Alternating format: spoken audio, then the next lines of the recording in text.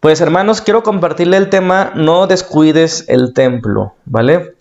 Y, y realmente la temática de fondo de esta predicación o sermón o reflexión es acerca de la ley de Dios y cómo se relaciona esta con el pecado. Ha habido mucha confusión a lo largo de los tiempos de si debemos o no cumplir la ley del Señor.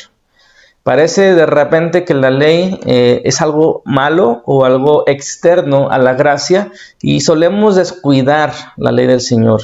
Veremos tres aspectos para atender, para cuidar lo que Él nos ordena, tres aspectos al final, pero antes de eso, un trasfondo importante que tiene que ver con la ley y el pecado, cómo se correlacionan y cómo en nuestra vida cristiana tiene tanta importancia el concepto del pecado y el concepto de ley para crecer, para desarrollarnos, para serle útiles al Señor, para ser limpios. Amén. Entonces, leíamos la semana pasada en Nehemías 8:17 que tuvo que pasar casi un milenio para que el pueblo israelita se volviera de corazón al Señor. No habían festejado la fiesta de las enramadas desde los tiempos de Josué. Increíblemente habían hecho caso omiso a uno de los más importantes mandamientos, descuidando así la ley del Señor, su templo. Por esto, cuando el pueblo regresa de Babilonia, que de alguna manera u otra estaba ajeno a esa ley, cuando se enteran de esa gran omisión que habían tenido durante tanto tiempo, lo que hicieron fue hacer una gran fiesta, festejar esa fiesta que estaba ordenada. Y entonces Dios comienza a restaurar, porque ellos se habían vuelto al Señor de todo su corazón. Eran cautivos y ahora habían encontrado la libertad. Y la semana pasada compartimos ese tema de libertad condicional, que es una libertad que nos llama a la responsabilidad y al compromiso. Es una libertad que nos lleva al llamado de ser luz en medio de la oscuridad, a ser un canal por el cual las demás naciones o familias u hombres beben de la bendición del gran Dios. Porque se es esclavo de la verdad o se es esclavo de la mentira. Se sirve la impiedad o se sirve a la justicia. Pero ¿qué pasa cuando un foco se pone debajo de una mesa? ¿Qué pasa cuando nuestras obras solo ensucian el nombre de nuestro Señor? Y Jesús lo dijo de una manera interesante en el Sermón del Monte, allá en Mateo 5:14 al 16. Él decía en pocas palabras: ustedes son la luz del mundo. No puede ponerse una luz debajo de la tierra. Debe de ponerse sobre el candelero. Así que con sus buenas acciones los hombres serán alumbrados y sólo así su Padre Celestial será glorificado. Hermanos, el compromiso de nosotros para con Dios solo puede medirse cuando tenemos interés en sus cosas. Y el interés se puede medir cuando participamos activamente en sus negocios. Y la participación, a final de cuentas, se mide en acciones. Por esto, el resultado de un pueblo libre que ha sido liberado del cautiverio, de la esclavitud, del pecado, hermanos, al final de cuentas son un pueblo que toma acciones en la dirección de la ley del Señor. Y es aquí donde llegamos al concepto de ley y pecado. Y es una triste confusión que hemos tenido durante muchos años como cristianos, que hemos desechado la ley del Señor. Al desechar la ley, desechamos su templo, su presencia, sus mandamientos, su reino. Y quiero resaltar, hermanos, lo más posible cómo es que este pueblo que había recién sido liberado, este pueblo libre, una vez que entendió su libertad y fue consolado en aquel arrepentimiento, al día siguiente lo primero que hicieron fue acudir a estudiar la ley. Es lo que leemos en Nehemías 8:13. Ahí dice en el 13 y 14 que se reunieron los jefes de familia, los sacerdotes y levitas, y se reunieron con Esdras para estudiar los términos de la ley. Y en la ley encontraron escrito que el Señor le había mandado a Moisés que durante la fiesta del mes séptimo los israelitas debían habitar en enramadas. Ok, fíjense que la palabra clave de esos dos textos es que se encontraron, pero se encontraron no fue como de casualidad. Este verbo implica esfuerzo, pero antes que el esfuerzo, un interés de ir a buscar. Siempre estuvo ordenada esta fiesta y durante 1000 años nadie la obedeció. Ni siquiera les interesó encontrarla en la ley del Señor. lo que Él había ordenado y qué sentido tenía obedecerla. Descuidaron la ley del Señor, descuidaron el regalo que Dios les dio para alcanzar sabiduría. La verdadera libertad, hermanos, llevó a este pueblo al compromiso real. Por eso todos estuvieron dispuestos a hacer, escuchen bien y resalto, todo lo que sea necesario para que no vuelva a pasar lo que antes les sucedió. ¿Qué hicieron antes? Descuidar el templo de Dios, su presencia, su voluntad, su ley, su reino. Y es la conclusión del final del capítulo 9 de Nehemías. Dice, por todo esto, nosotros hacemos este pacto y lo ponemos por escrito, firmado por nuestros gobernantes, por nuestros levitas y por nuestros sacerdotes. Y enseguida, en la primera parte del capítulo 10, vemos un listado grande de todos los nombres de los jefes principales, de aquellos que se inscribieron en el contrato, nuevamente en esta renovación del contrato. Dice en el versículo 8, leemos, todos los demás sacerdotes, 28, 10:28. Todos los demás sacerdotes, levitas, porteros, cantoras, servidores del templo, todos los que se habían separado de los pueblos de aquella tierra para cumplir, escuchen bien, se habían separado de aquellos pueblos de la tierra para cumplir con la ley del Señor, más sus mujeres, hijos e hijas, y todos los que tenían uso de razón, se unieron a sus parientes que ocupaban cargos importantes y se comprometieron bajo juramento a vivir de acuerdo con la ley que Dios había dado por medio de su siervo Moisés y a obedecer todos los mandamientos, normas y estatutos de nuestro Señor. Hermanos, la verdadera libertad nos lleva a la santidad, a la obediencia, al compromiso, a vivir la vida que Dios quiere que vivamos, a vivir la vida como Dios dice que la debemos vivir, como el Señor Jesucristo nos promete una vida abundante. Solo cuando guardamos sus mandamientos, porque sus mandamientos son sabiduría, son luz, son verdad, son vida. Cuando realmente se es libre, hermano, no queda en letras o en promesas. Y aquí deberíamos avergonzarnos de todas las veces que prometemos, de todas las veces que el Señor nos habla claramente en una predicación, en una situación, en un devocional, y nosotros no hemos puesto en acción aquello que sabemos debemos ponerlo. Porque con el corazón, en el momento decimos, sí, amén, el Señor me está hablando, pero no hacemos nada al respecto porque subestimamos el poder del pecado que aún mora en nuestro cuerpo. Y esto, hermanos, es una guerra y ignorar esta guerra nos lleva a ser descuidados de estas cosas que debemos hacer para no caer en esas situaciones. Enfrentar esta guerra es darnos cuenta de que no es como tomar una decisión de ponerte una camisa negra o una blanca, sino que es como tratar de arrancar un hábito arraigado que no podemos dejar por una simple decisión. Nos enfrentamos, hermanos, a una guerra que no se puede enfrentar con armas carnales, con armas simplemente de deseos. En Romanos 7, y esa es la profundidad de este pasaje, Pablo explica, hermanos, cómo sucede esto de la ley y el pecado. Él dice específicamente que hemos muerto a la ley y que hemos quedado libres de la ley. Cuando nosotros escuchamos esto, que hemos muerto a la ley y hemos quedado libres de esa ley, que parece que entendemos que la ley es mala y que debemos alejarnos de ella, y llegamos a esa conclusión simplista. Sin embargo, Pablo tiene el cuidado de explicarnos qué es lo que está sucediendo cuando nosotros llegamos cuando el Evangelio, mejor dicho, llega a nosotros y nos cambia la mentalidad. Dice en el versículo 4 del capítulo 7. Asimismo, hermanos míos, ustedes murieron a la ley mediante el cuerpo crucificado de Cristo, a fin de pertenecer al que fue levantado entre los muertos. De este modo daremos fruto para Dios. Porque cuando nuestra naturaleza pecaminosa aún nos dominaba, las malas pasiones que la ley nos despertaba actuaban en los miembros de nuestro cuerpo y dábamos fruto para muerte. Pero ahora, al morir a lo que nos tenía subyugados, hemos quedado libres de la ley. Escuchen bien, subrayo, libres de la ley, con el propósito de servir a Dios con el nuevo poder o capacidad que nos da el Espíritu, y no por medio del antiguo mandamiento escrito. Subrayo esto último, hermanos, porque esto es la clave en todo este asunto. Es verdad que lo que leemos parece que dice que no tenemos que estar ya sujetos a la ley. Y esto es verdad, ya no estamos sujetos a la ley, pero eso no significa lo que a veces pensamos que significa. Por eso el apóstol Pablo se adelanta a esta conclusión en el versículo 7. Él se adelanta y dice, ¿qué concluiremos pues? ¿Que la ley es pecado? ¿Que la ley es mala? No, de ninguna manera. Sin embargo, si no fuera por la ley, no me habría dado cuenta de lo que es el pecado. Por ejemplo, nunca habría sabido yo lo que es codiciar si la ley no dijera, no codiciarás.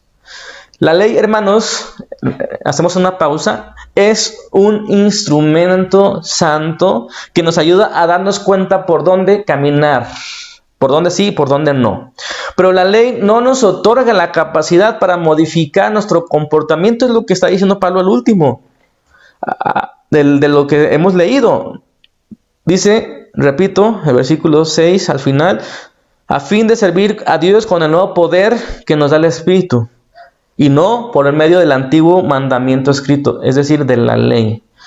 ¿Cómo es que podemos ser libres? No por la ley, sino por la capacidad que nos da el Espíritu. Pero la ley sí sigue manteniendo firme y constante en su propósito de mostrarnos con claridad qué es el pecado. Y dice Pablo, el pecado se aprovecha del mandamiento y nos engaña y nos mata en el versículo 11. Y allí, hermanos, nos engaña con verdades sutiles o mentiras a medias, como cuando la serpiente engañó a Eva y cuestionaba a la serpiente la veracidad o la bondad del mandamiento del Señor. Y entonces, ¿qué sucede? Somos engañados. La codicia usa las verdades a medias y nos seduce llevándonos a la desobediencia. Y en el versículo 12, seguimos leyendo Romanos 7, dice, concluimos pues que la ley es santa y que el mandamiento es santo, justo y bueno. Pero entonces, lo que es bueno, es decir, la ley, ¿se convirtió en muerte para mí? De ninguna manera. Más bien, el pecado fue el que, valiéndose de lo bueno del mandamiento, me produjo la muerte. Ocurrió así para que el pecado se manifestara claramente. Escuchen bien, esta es la clave de todo. Para que el pecado se manifestara claramente, o sea, para que mediante el mandamiento se demostrara lo que extremadamente malo es el pecado. Ok, la ley, los mandamientos del Señor llevan la finalidad principal, esencial, de mostrarnos cuál extremadamente malo es el pecado para nosotros y para los demás. Y este, hermanos, es uno de los pasajes más densos, más complicados de todo el Nuevo Testamento, pero si lo entendemos, tendremos mucha de nuestra vida cotidiana encaminada a una verdadera libertad. Seguimos leyendo el versículo 21 del capítulo 7. Dice Pablo, y después de esta conversación de si el pecado, si la ley es mala, o si el pecado es malo, obviamente es claro, el pecado es malo, la ley es buena, pero la ley no se dio para darnos la capacidad para evadir el pecado, sino para mostrarnos que realmente es malo el pecado. La conclusión es de que el pecado es malo y la ley es buena. Pero dice Pablo en el versículo 21 concluyendo, así que descubro esta ley en esta situación que estamos viviendo. Descubro esta ley, que cuando quiero hacer el bien me acompaña el mal.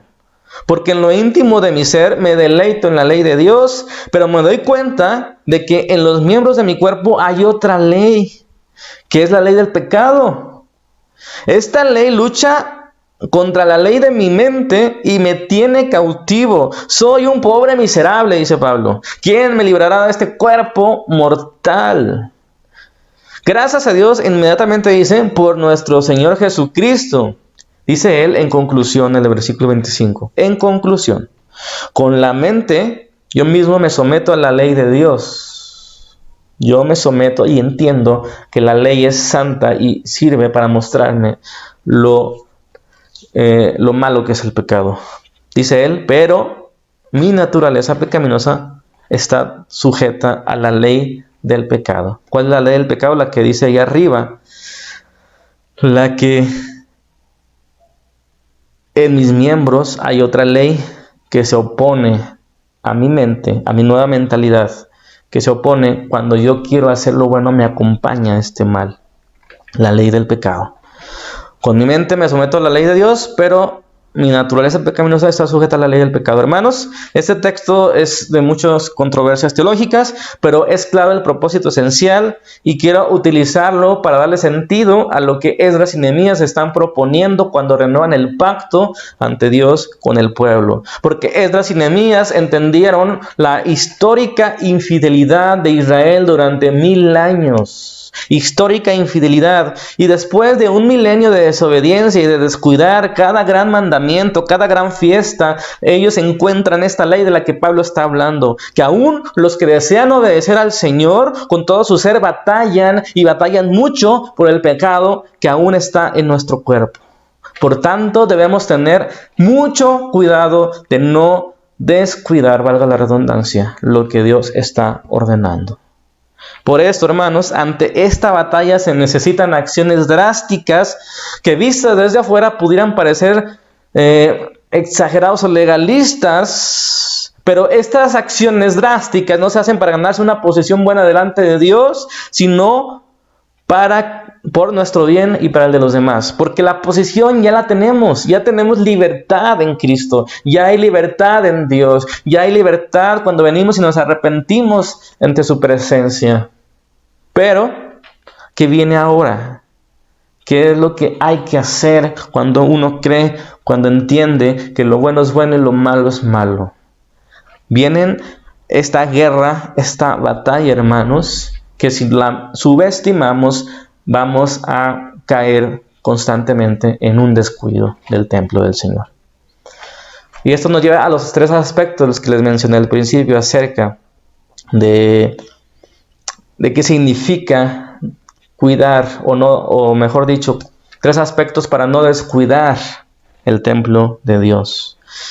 Y el primer aspecto es la casa, ¿no? Todo comienza en casa. Y ya desde los primeros sermones, desde este tiempo que venimos predicando desde este lugar, desde fuera de nuestra congregación, he insistido que el origen de todo es comenzar en la familia.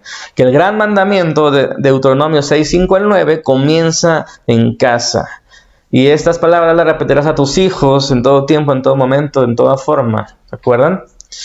Y aquí, hermanos, el primer compromiso a vivir en la libertad, a mostrar interés en la ley, atender sus mandamientos, tiene que ver con la casa, con las familias.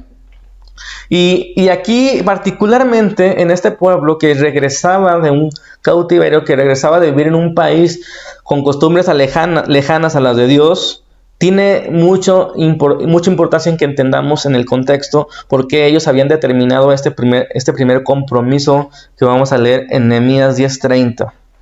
Tiene que ver con las familias y especialmente con lo que se debía evitar.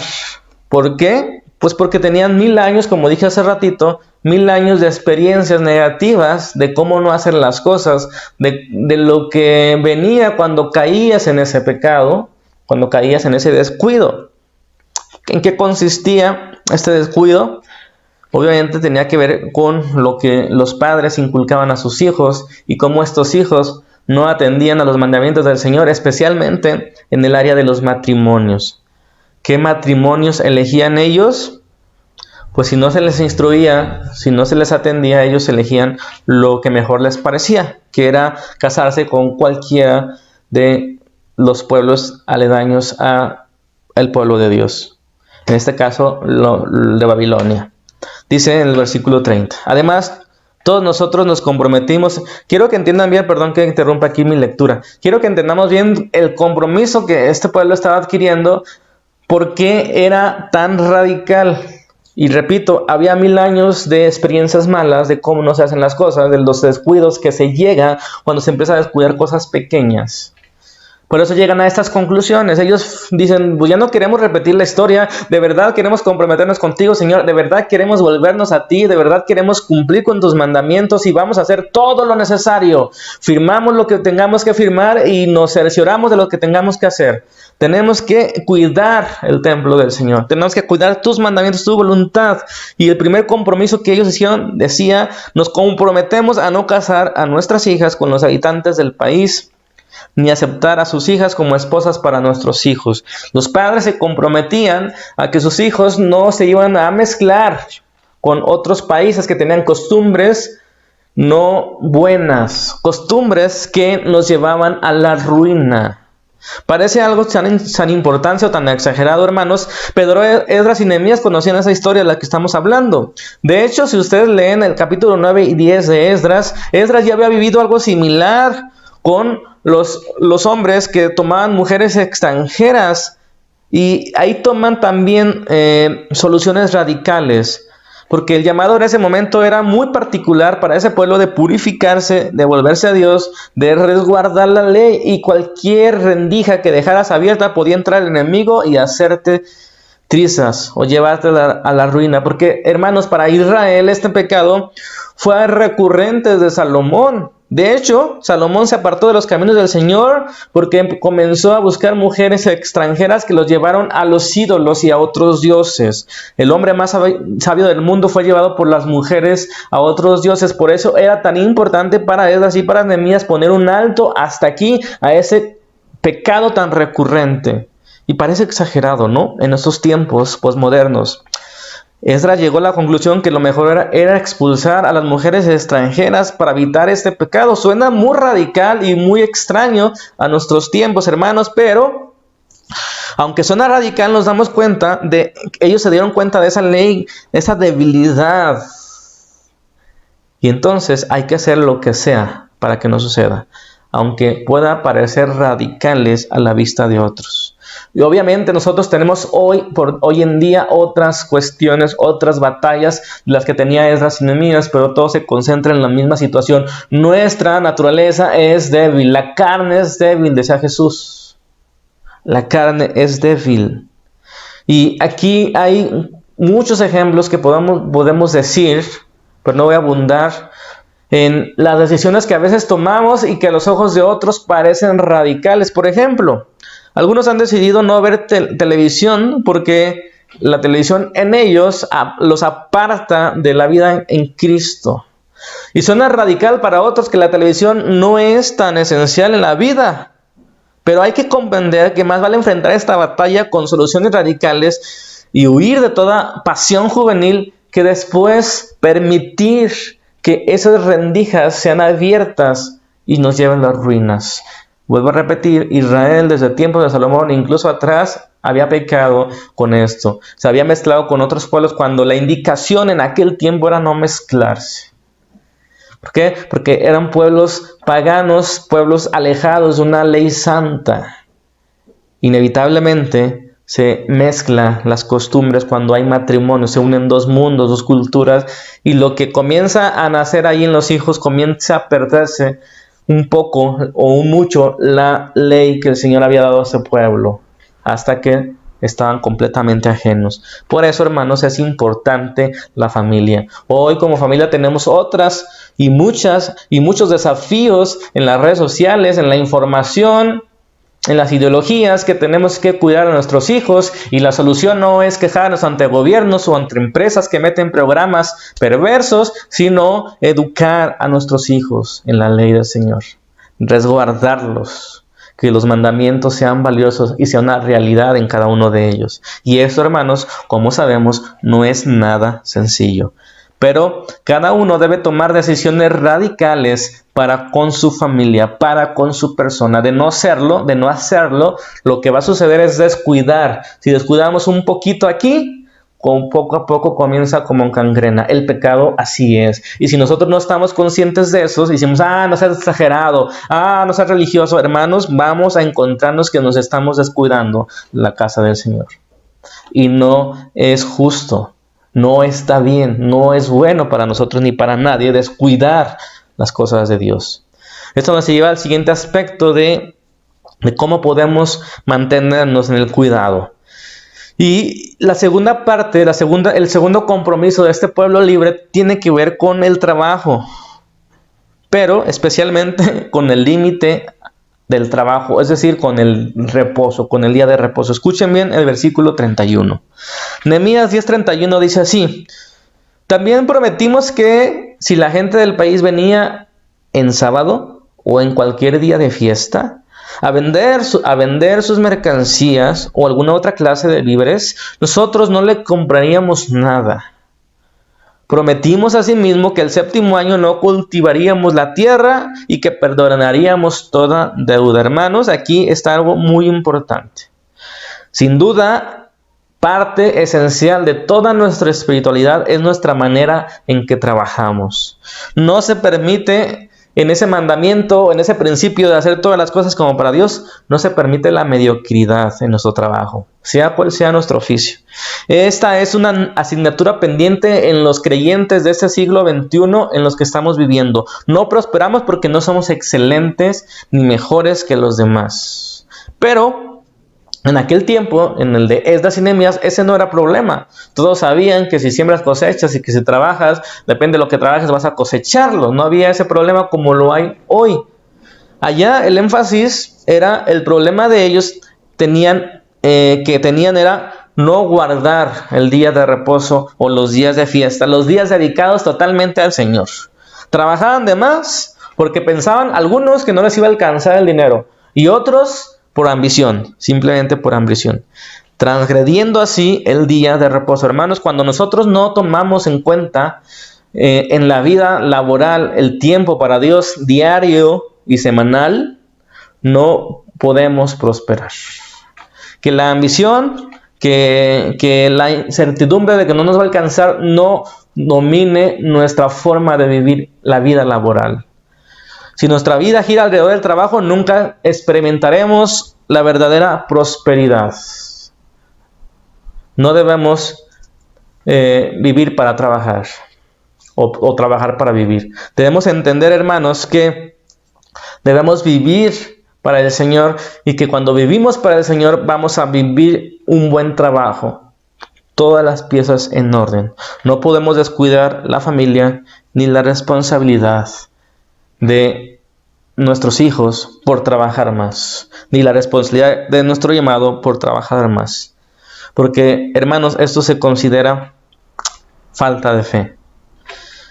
Debemos trabajar, claramente, el que no trabaje, que no coma, pero el que trabaje más, el que no respete, que debes descansar, que descansando rindes más, que descansando y iniciando al revés, poniendo primero al Señor, vas a tener prosperidad, vas a tener provisión. Hermanos, si no entendemos eso, se considera falta de fe.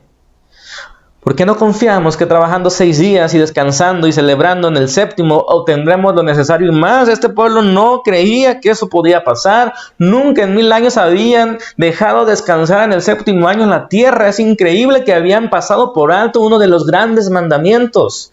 Esos principios de prosperidad, esos principios eternos que nunca cambiarán. Si buscas primeramente el reino de Dios, todo lo demás vendrá añadido. No hay justo que carezca. Hermanos, no consagrar el día para el Señor o la semana o cada 7 años, hermanos, es una obediencia, una desobediencia, un descuido del templo del Señor. Es no confiar en su palabra. Si nosotros necesitamos descansar cada día, si nosotros necesitamos dormir todos los días y cuando no dormimos bien lo estamos experimentando en un día malo, hermanos, asimismo es en el aspecto de nuestro alma y de nuestra piedad. Cuando nosotros no reposamos, no intimamos con Dios, no rendimos, no prosperamos, no avanzamos, no maduramos, no damos fruto. Necesitamos descansar cada día el cuerpo, así como también nuestra alma. Si nosotros no consideramos este mandamiento como eterno, hermanos, no podremos dar pasos hacia adelante. Y descuidaremos una parte esencial de nuestra vida para con Dios. ¿No cometemos nosotros también ese error de descuidar los tiempos consagrados para Dios?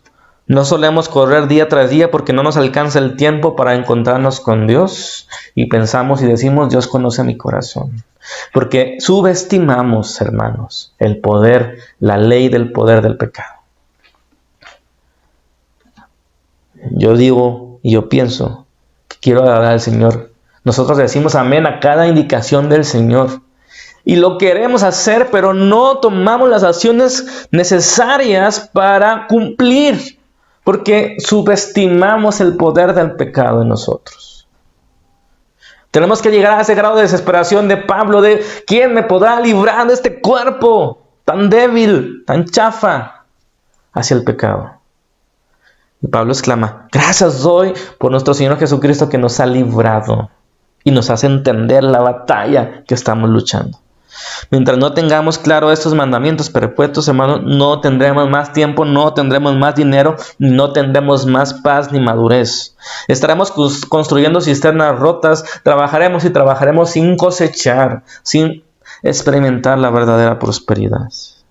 El trabajo es importante, pero no nos olvidemos del Dios del reposo. Démosle tiempo a nuestra alma, tiempo que necesita. No ambicionemos el dinero, no desconfíes por tus carencias. No hay justo desamparado. Sé obediente al Señor. Y esto nos lleva al último aspecto, que posiblemente nos haga concentrarnos en un solo punto, pero quiero que entendamos de mejor manera a qué se refiere no descuidar el templo. Y este es el aspecto número 3, no descuides el templo. Si nosotros vamos hasta el final del capítulo 10, en el versículo 39, al final dice, de este modo nos comprometimos a no descuidar el templo de Dios. Escuchen, hermanos, que esa es la conclusión de un pueblo libre, de un pueblo que había entendido por qué había sido esclavizado, de un pueblo que había entendido a qué lleva descuidar los mandamientos del Señor, su instrucción, su bondad. Nos lleva al cautiverio, a la esclavitud, al pecado, a la muerte, a la carencia.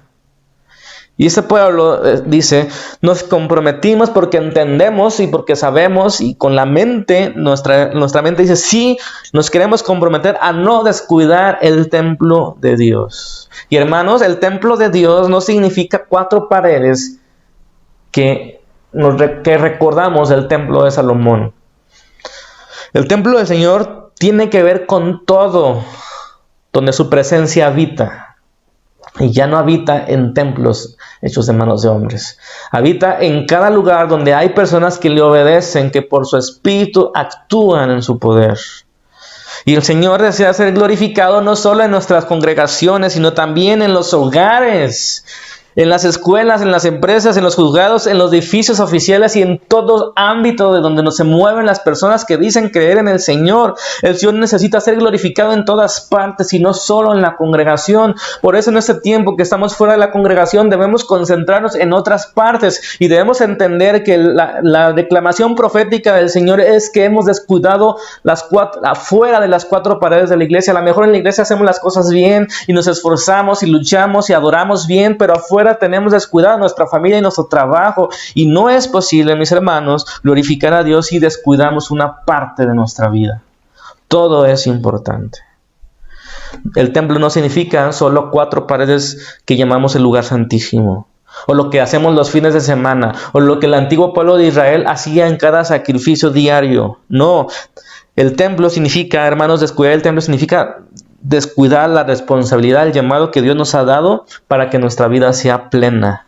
La familia es importante, el trabajo también es importante, el descanso y el tiempo que consagramos a Dios también es importante. Si algo en todo eso no está en orden, todo lo demás tampoco lo estará, porque esto es como un rompecabezas de muchas piezas. Si una pieza, la de tu matrimonio, si la de ser padre, si la de ser trabajador, no está en su lugar, hermanos, no está el cuadro en plenitud, no está nuestra vida madura ni espiritual. Necesitamos entender, hermanos, esto de una vez por todas. Y también debemos entender que nos hemos equivocado cuando pensamos que los mandamientos relacionados con las ofrendas y los sacrificios están abolidos. Porque no es así, mis hermanos. Dice Pablo, ciertamente somos liberados del poder de la ley, de la condenación y del pecado que se aprovecha de nuestra debilidad, pero no somos libres de obedecer de las demandas justas de una ley santa. Porque esas demandas justas y santas es nuestra sabiduría, es la bendición de Dios para nosotros, instrucciones de sabiduría.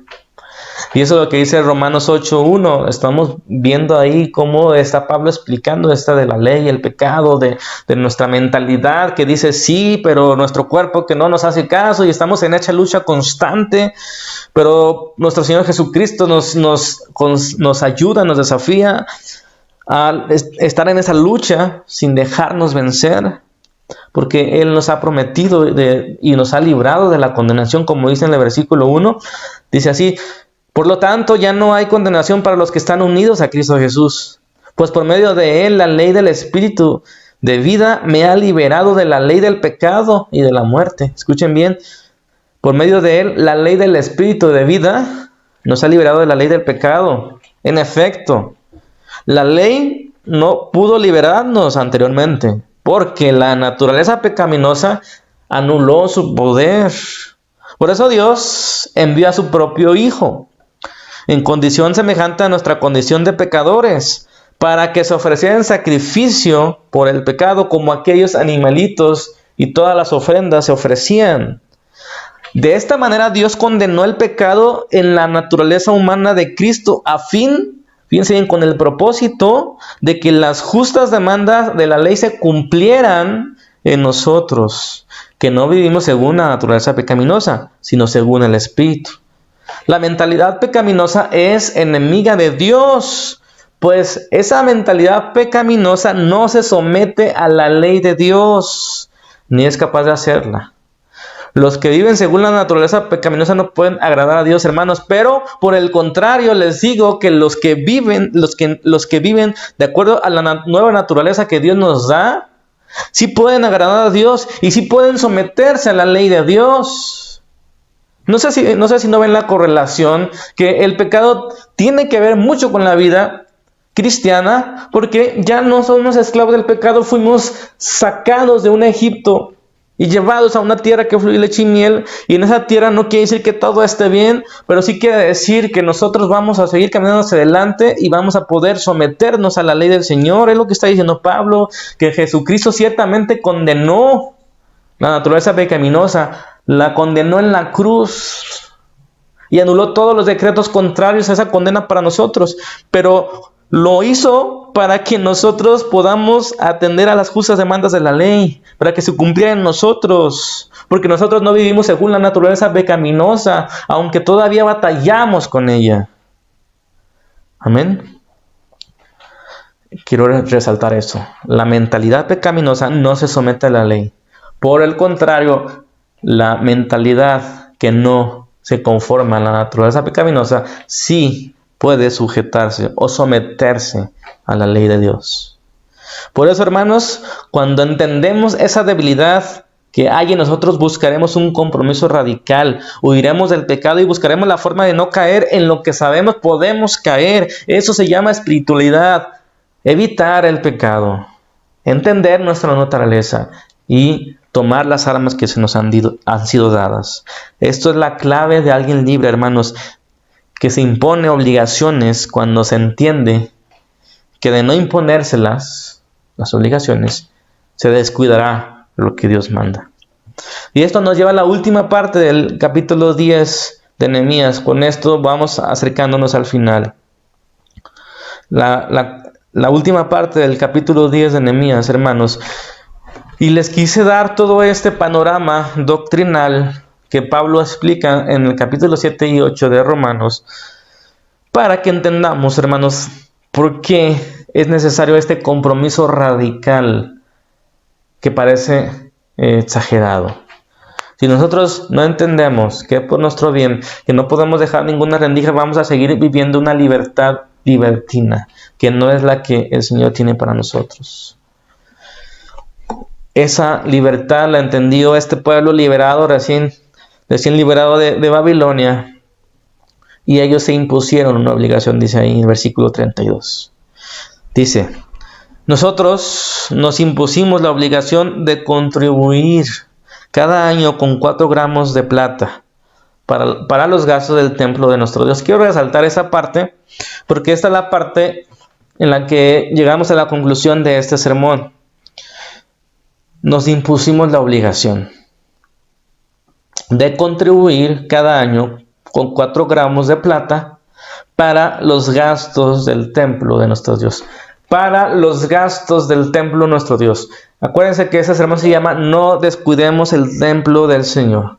No descuidemos el templo de Dios. ¿Y cómo lo descuidamos, hermanos? No aportando contribuciones, no imponiéndonos obligaciones para que no se nos olvide y no dejemos rendijas donde estemos descuidando el templo del Señor. Los gastos del templo del Señor en aquel tiempo eran distintos a los de hoy, evidentemente. Hoy estamos en tiempos diferentes. En aquel tiempo, dice ahí en el versículo 33, todo esto que se impusieron, hermanos, no era como algo externo o extraño a la ley. De hecho, esto está en la ley de Moisés que encontramos en Éxodo, en Deuteronomio, en Levítico, en Números. Todo esto de contribuir cada año con 4 gramos de plata estaba estipulado en la ley. Pero aquí ellos habían impuesto la obligación y esto es sumamente importante en este mensaje, mis hermanos. Si nosotros no nos imponemos, si nosotros no nos aseguramos, si no entendemos nuestra naturaleza pecaminosa, ¿qué es lo que va a pasar con nosotros? Lo que ha pasado durante muchos años. Estar a la deriva, como que cumplimos, pero después se nos olvida o nos descuidamos y volvemos a caer. Es importante imponernos esta obligación para contribuir a los gastos del templo de Dios. Repito, en aquellos tiempos, dice el versículo 33, correspondía a estas cosas: el pan de su presencia, las ofrendas y el holocausto diario, los sacrificios de los sábados de la luna nueva y las fiestas solemnes, las ofrendas sagradas, los sacrificios de expiación por el pecado y todo el servicio del templo de nuestro Dios. Hermanos, aquí está en resumen todo lo que consistía la ley de Moisés. Y para nosotros parece que las ofrendas, los sacrificios, las fiestas no se han abolido con el sacrificio de Jesús. Pero, repito, todas estas cosas, hermanos, no se abolieron en el sacrificio del Señor. Solamente se abolió la letra. La letra decía. La letra habla de la situación del momento. El templo del Señor en aquellos tiempos era algo físico, un templo tal cual. Y el servicio todo giraba alrededor del templo. Ahí se reunían los pueblos, ahí se iban a entregar las ofrendas. Pero debemos interpretar bien qué significa, después de leer todo el Antiguo Testamento y el Nuevo, el templo del Señor. Aquí, hermanos, vuelvo a repetir, las ofrendas no se han abolido. La letra sí, porque la letra tenía que ver con el momento en aquel tiempo. Y decía ese momento, esa letra, que debían ofrecerse todos los días 2 holocaustos, uno en la mañana y uno en la tarde. Y debía sacrificarse esos animalitos inocentes con un propósito. Todo mandamiento, todo estatuto, todo decreto, toda ofrenda, todo sacrificio, hermanos, tenía un propósito esencial. Es increíble que todo tenga un propósito especial de parte de Dios. No lo mandó sin algún sentido. Y que ese sentido quedara enterrado en la antigüedad, hermanos, no. A diferencia de otros pueblos que sacrificaban humanos, el Señor, nuestro Dios, dignificó la vida humana y comenzaron a sacrificar animalitos para entender la gravedad del pecado. Y cada sacrificio, cada ofrenda, cada mandamiento tenía un propósito. Y ese propósito, en resumen, de cada sacrificio o ofrenda, hermanos, es que el pueblo se consagrara al Señor, dedicara su día a día a Él, confesara sus pecados y declarara sus acciones de gracias. Siempre era ese el propósito. La forma, sacrificando un animalito. El fondo, que entregaran su vida, que confesaran sus pecados, que entendían la gravedad de ellos, que pidieran perdón, que obtuvieran el perdón, que agradecieran por eso, que dedicaran su vida, que recordaran la importancia de la ley, de sus mandamientos. Esa era la finalidad de cada fiesta, cada mandamiento relacionado con un sacrificio. Ese es el propósito, hermanos. Esa esencia de cada ofrenda no ha sido abolido ni ha caducado. Obviamente, los animalitos no son necesarios ya. Porque dice el libro de Hebreos, y lo conocemos todo, que nuestro Señor se ofreció una sola vez y para siempre, para hacer perfectos a todos los que se acercan a santificarse. Pero la confesión, La acción de gracias, la consagración, hermanos, todavía son ordenanzas que debemos cumplir. Si confiesas tus pecados, Él es fiel y justo para perdonarte. Su sangre nos sigue limpiando de todo pecado. Den gracias por todo al Señor. Se han conocido sus peticiones. Hermanos, estas cosas no han cambiado. Y no porque el Señor necesite o porque su obra haya sido imperfecta, sino porque nuestra naturaleza débil necesita recordar, necesita entender el poder de ese pecado y el poder de Dios cuando vamos y acudimos ante su presencia en la hora del holocausto, en la hora de la oración, de las acciones de gracias y de la confesión, de la obtención del perdón. Porque al recordar lo que las fiestas y las ordenanzas y las ofrendas enseñan, podemos vivir una vida íntegra, una vida que agrada a Dios, libre de la ambición, del orgullo, de la mentira y muy cercana a lo honesto, lo bueno, lo santo. Hermanos, los compromisos, los recordatorios firmados, sentirnos supervisados y medidos nos hacen que cumplamos mejor nuestro papel que si no lo hacemos. Por eso el Señor entendía esa naturaleza del hombre y ordenaba cada día: presenta 2 sacrificios, uno en la mañana y uno en la tarde, para que recuerdes y confieses sus pecados y entiendas la ley que hay en ti. Y acudas al perdón y a la comunión constantemente, al reposo de tu alma cada día, al descanso de ello. Hermanos, si como pueblo olvidamos sus mandamientos, si no nos interesan, si no acudimos para guardarlos, si no hacemos algo para memorizarlos y recordarlos, hermanos, estaremos diariamente, constantemente cayendo en el descuido del templo de Dios. Porque los descuidos pequeños, esa ligereza con el pecado, no entender la gravedad del mismo y la debilidad nuestra, nos lleva de pecados pequeños hasta los más grandes, hasta encontrarnos en una apostasía total. Nehemías 10:35 termina el capítulo 10 diciendo muchas cosas acerca de cómo este pueblo vivía su vida cotidiana. Obviamente este pueblo es distinto al nuestro por muchas razones, pero en esencia es exactamente lo mismo. Dios ordenaba estas cosas para que el pueblo, para que toda su vida, todo lo que tiene relación con su vida cotidiana fuera rendida al Señor, estuviera consagrada al Señor inicialmente. Dice en el versículo 35. Además nos comprometimos a llevar cada año al templo del Señor las primicias del campo y de todo árbol frutal, como también a presentar nuestros primogénitos y las primeras crías de nuestro ganado, tanto vacuno como ovino, ante los sacerdotes que sirven en el templo de nuestro Dios, como está escrito en la ley. Para nosotros muchas de estas cosas parecen no tener ya sentido, pero quiero resaltar que estas cosas que vemos aquí en la última parte del capítulo 10 de Nehemías, hermanos, tiene que ver con toda la vida del pueblo de Israel de ese tiempo. No hay una parte de su día a día que no esté incluido en las acciones en las que ellos se comprometieron. No había, sí le dedico al Señor mi tiempo, pero no mi dinero. Sí le dedico a Dios el domingo, pero no la semana. Sí le dedico al Señor, mi voluntad, mi obediencia en el trabajo, en la iglesia, pero no en la alimentación.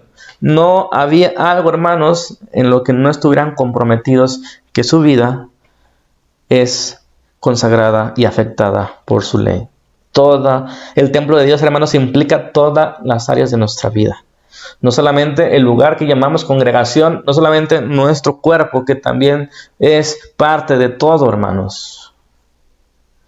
Era un pueblo que vivía en un mismo territorio, que se dedicaba a la ganadería y la agricultura.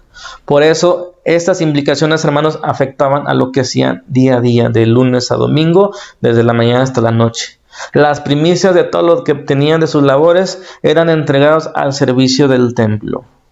En aquellos tiempos, el templo de Dios significaba solamente el servicio que giraba alrededor del edificio que observamos, porque a partir de esa entrega, en ese lugar, en ese momento de la presencia de Dios, a partir de ahí cada israelita era desafiado y cambiado y afectado para que toda su vida fuera transformada.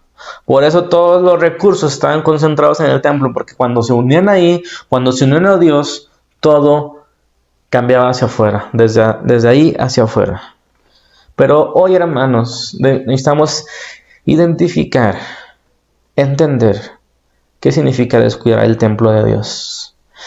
Y entonces comenzar a comprometernos, a imponernos nosotros mismos por voluntad propia, por entendimiento de nuestra naturaleza, por entendimiento de los mandamientos santos, a imponernos una vida distinta, a aportar, a contribuir para los gastos del templo del Señor.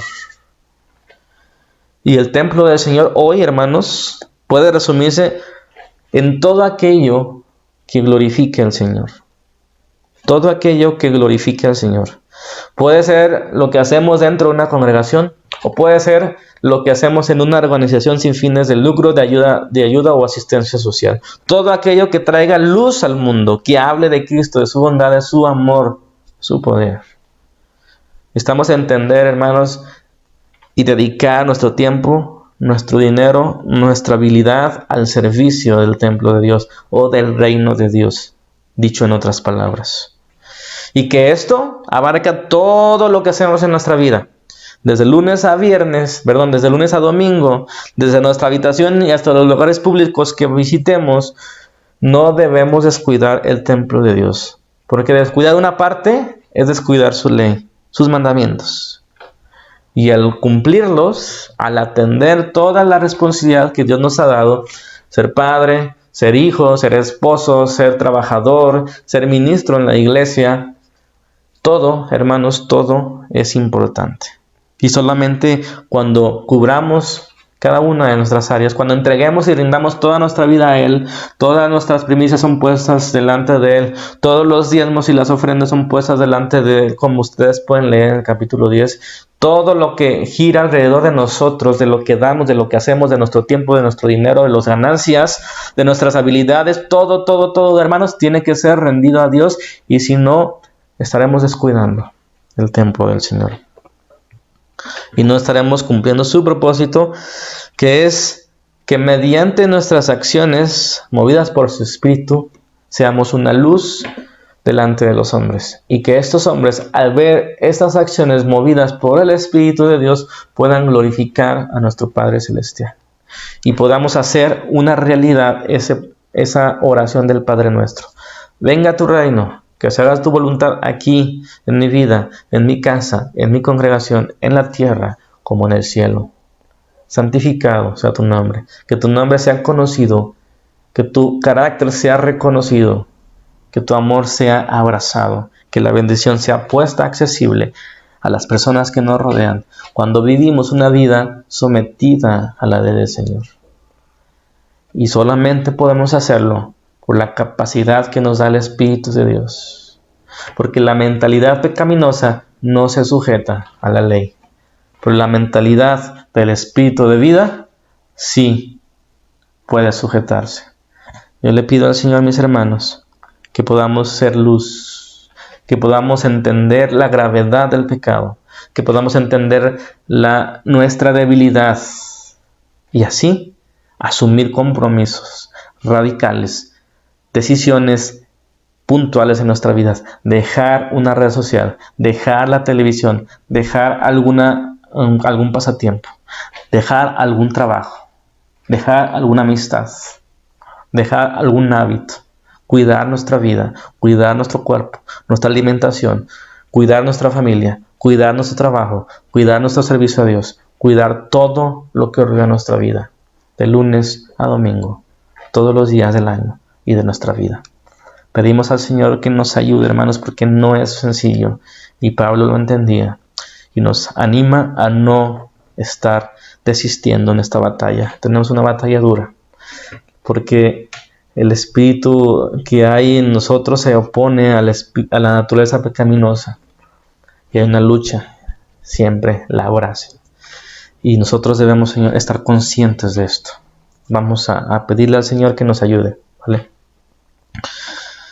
Señor, te pedimos perdón, Padre, porque hemos descuidado los gastos del templo. cada mandamiento, cada ofrenda, cada fiesta, cada diezmo, cada primicia, habla de una parte de la vida de aquel pueblo que debía ser rendida a ti, por su bien, por la prosperidad, por el bien de los demás. Era un negocio bueno para todos. Pero la negligencia, la tentación, la debilidad de nuestra carne, el trabajo de Satanás de engañarnos, o del pecado de que nos seduce con la codicia, de decirnos que los mandamientos no son necesarios, no son buenos, hacen que poco a poco nos alejemos de tu ley, de tu verdad, de tu voluntad. Perdónanos, Señor. De verdad, a veces nuestra alma está cansada porque no podemos someternos. Pero tú nos has dado un espíritu no de temor, sino de valentía. Un espíritu que clama dentro de nosotros: Abba Padre, ayúdanos. Un espíritu que intercede con gemidos indecibles y que anhela y desea la libertad total cuando vengas por segunda vez, Señor. Que tu Espíritu Santo nos acompañe, nos dé entendimiento. No al legalismo, no al libertinaje, un entendimiento sano de tu ley santa, buena y perfecta, de tu voluntad agradable, de tus mandamientos que son sabiduría, que son luz y son como la miel en nuestro paladar.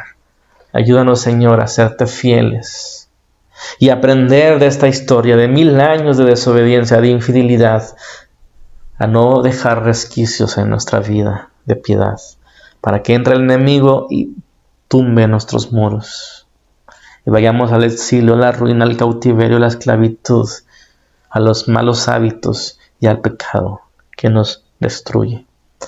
Gracias por tu Espíritu, gracias por el sacrificio de nuestro Señor que nos libra de la condenación, y esa carga es quitada de nosotros y ahora nos podemos concentrar en agradarte, en alabarte y bendecirte, en atender los negocios del templo.